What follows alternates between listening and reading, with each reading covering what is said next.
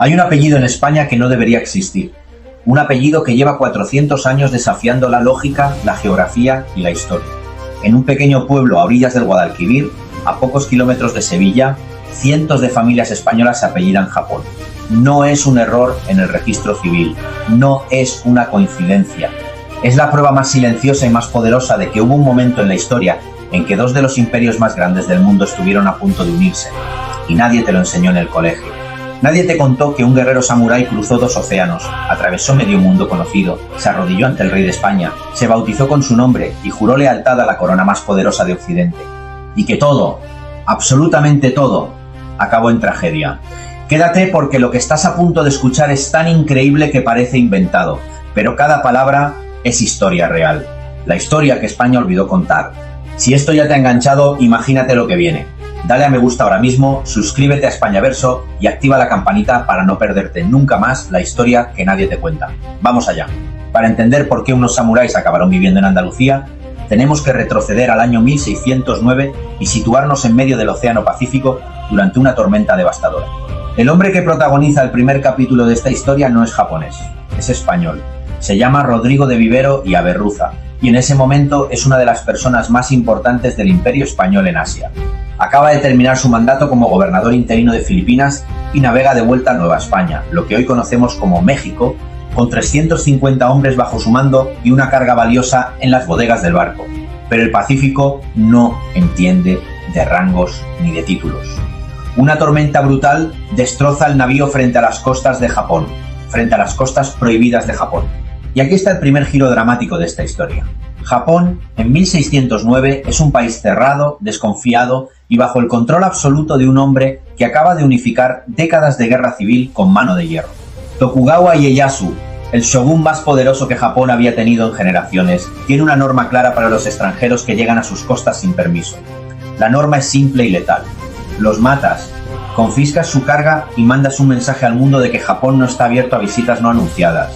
Rodrigo de Vivero lo sabe, sus hombres lo saben, y aún así no tienen elección porque el mar los ha lanzado directamente a las manos del enemigo. Lo que ocurre a continuación cambia el rumbo de la historia.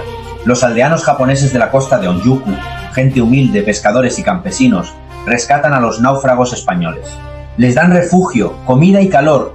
No los tratan como invasores, los tratan como seres humanos en peligro. Ese gesto de humanidad es el primer ladrillo de un puente que tardará años en construirse y décadas en derrumbarse. Las autoridades japonesas llegan pronto y arrestan a todos los supervivientes. Rodrigo es conducido ante el shogun, no como embajador, no como diplomático, como náufrago, como prisionero, como un hombre cuya vida vale exactamente lo que él sea capaz de ofrecer en los próximos minutos. Pero Rodrigo de Vivero no es un hombre ordinario, ha gobernado Filipinas, ha negociado con reyes, con mercaderes y con piratas, sabe exactamente cómo funciona el poder y sabe que la única moneda que vale en esa sala es el interés mutuo. Cuando el representante del shogun le espeta que los españoles son conocidos por enviar primero a los curas a confundir al pueblo y luego a los soldados a tomar la tierra, Rodrigo no se acobarda, no suplica, no tiembla.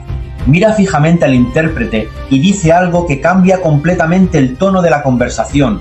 Le dice que no ha venido a tomar nada, que tiene algo mucho más valioso que cualquier territorio, que sabe que las minas de plata japonesas rinden una fracción de lo que podrían rendir, y que sus ingenieros en Nueva España conocen una técnica de extracción de plata que los japoneses desconocen completamente.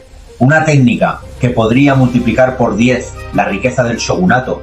Eso era exactamente lo que Tokugawa Ieyasu necesitaba escuchar. El shogun llevaba años intentando romper la dependencia comercial que Japón tenía de los intermediarios portugueses. Portugal controlaba las rutas comerciales entre Asia y Europa y cobraba fortunas por ese privilegio. Una alianza directa con España, el mayor imperio del mundo en ese momento, significaba saltarse a Portugal por completo. Significaba acceso directo a la plata de América, a la tecnología de Nueva España y a los mercados europeos sin pagar peaje a nadie. El trato que Rodrigo pone sobre la mesa es sencillo y brillante. Tecnología minera española a cambio de protección para los misioneros cristianos en Japón y puertos abiertos para los galeones del rey de España. El shogun acepta. Y para demostrar su buena fe, hace algo que nadie esperaba. Le regala a Rodrigo un barco para que pueda volver a casa. No un barco cualquiera. Un barco construido en Japón por un inglés llamado William Adams, conocido en todo el país como Anjin-san, el piloto, un hombre que llegó a Japón como marinero y se convirtió en consejero del shogun, en constructor de barcos occidentales y en una de las figuras más fascinantes de ese periodo histórico. El barco se llama San Buenaventura y en 1610 Rodrigo de Vivero llega con él a las costas de México.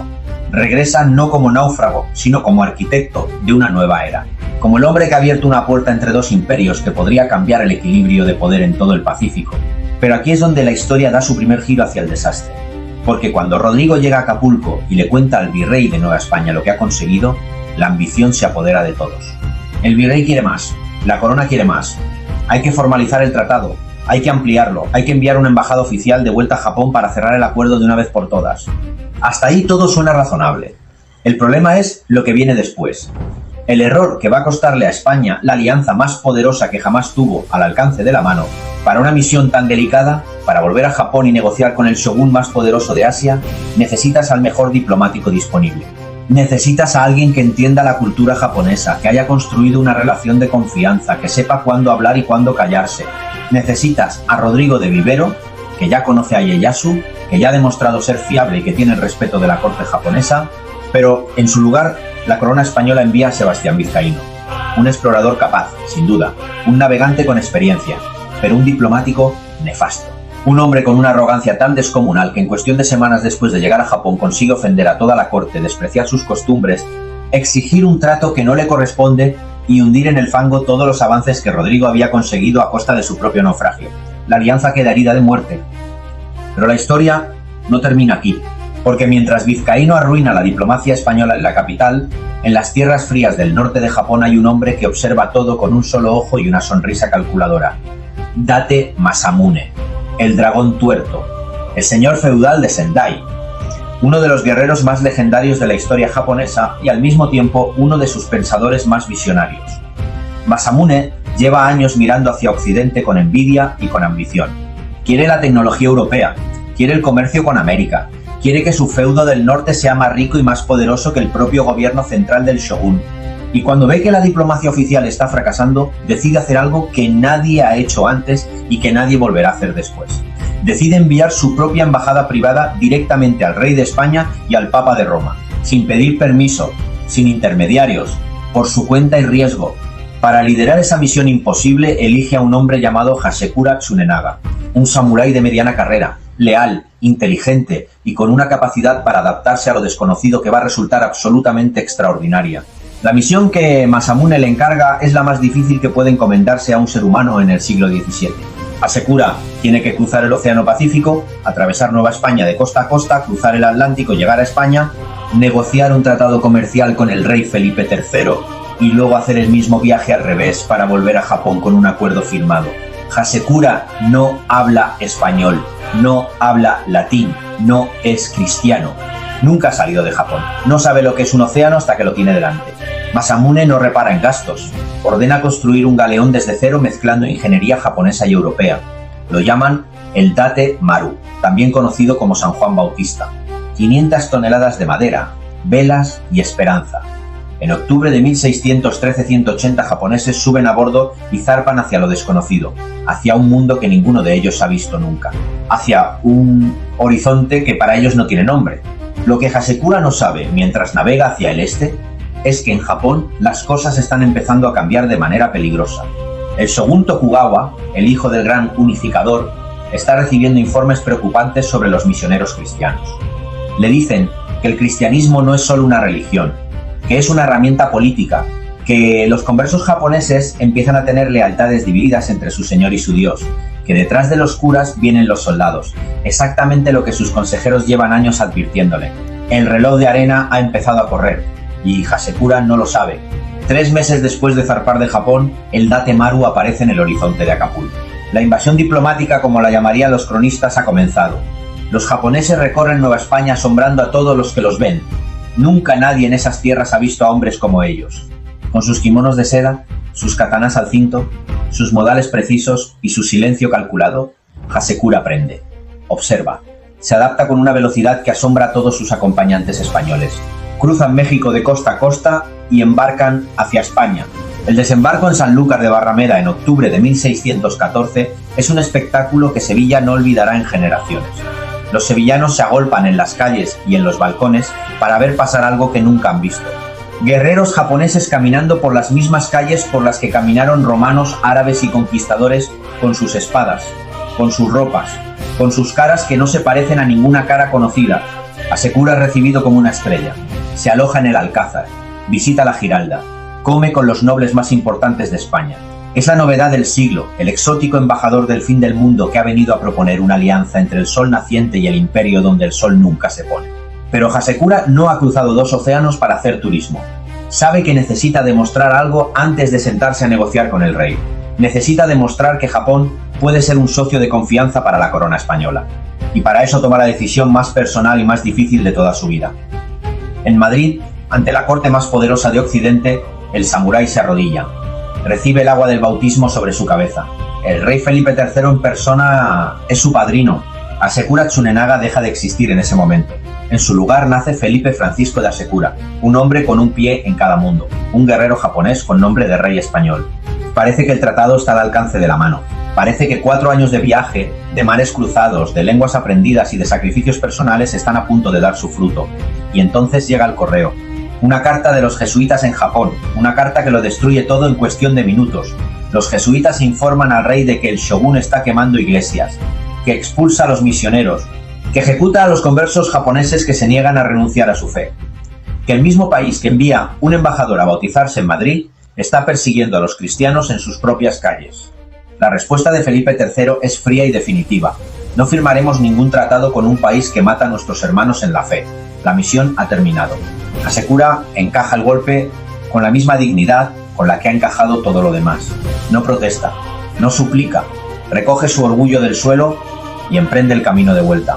Pero el camino de vuelta es una agonía que dura años. Cruza España, cruza el Atlántico, cruza Nueva España de nuevo, cruza el Pacífico.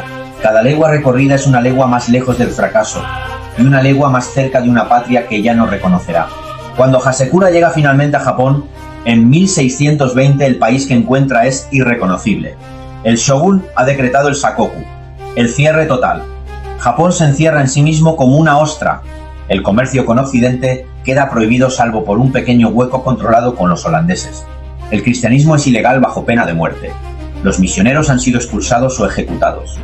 Todo aquello por lo que Hasekura ha cruzado el mundo 2 veces ha desaparecido. Las cruces se han quemado. Los tratados son papel mojado. La alianza que pudo cambiar el equilibrio del mundo se ha evaporado como el rocío. Hasekura, el hombre que ha cenado con reyes y ha hablado con el Papa, tiene que enterrar en silencio todo lo que vivió. Tiene que renunciar públicamente a su bautismo. Tiene que actuar como si los 7 años que pasó cruzando el mundo no hubieran existido. Muere un año después de regresar, en 1622, enfermo, dicen las crónicas. Con el corazón roto, dicen los que lo conocían. Su familia es perseguida durante generaciones. Su barco es desguazado, sus documentos son ocultados. Japón cierra sus puertas al mundo durante 250 años. Pero hay algo que no pudieron borrar, algo que sobrevivió a todos los decretos y a todas las persecuciones. Cuando la embajada de Hasekura llegó a España, algunos de los samuráis que venían con él miraron hacia atrás, hacia ese Japón que se estaba convirtiendo en una trampa mortal para los cristianos, y tomaron una decisión. No volvieron, se quedaron en un pequeño pueblo a orillas del Guadalquivir llamado Coria del Río. Se casaron con mujeres andaluzas. Tuvieron hijos. Esos hijos tuvieron más hijos. Y para que nadie olvidara nunca de dónde venían, para que su historia no desapareciera en el silencio de los siglos, adoptaron un apellido que era a la vez su origen y su despedida. Se apellidaron Japón. Hoy, 400 años después, en Coria del Río hay más de 600 personas que llevan ese apellido. Japón, con tilde en la O. Españoles con ojos rasgados y apellido imposible que son la prueba viviente de que hubo un momento en que 2 mundos se tocaron, de que hubo guerreros que cruzaron el planeta por lealtad a un señor y a un sueño, de que la historia más increíble no siempre está en los libros de texto, a veces está en el apellido de tu vecino. Esta ha sido la historia de los guerreros japoneses que juraron lealtad al rey de España. La historia que Españaverso rescata del olvido para que nunca más se pierda. Si has llegado hasta aquí, es porque te importa la historia real, la que emociona, la que asombra, la que nadie te contó. Dale a me gusta, comparte este vídeo con alguien que merezca conocer esta historia y suscríbete a Españaverso porque esto no ha hecho más que empezar.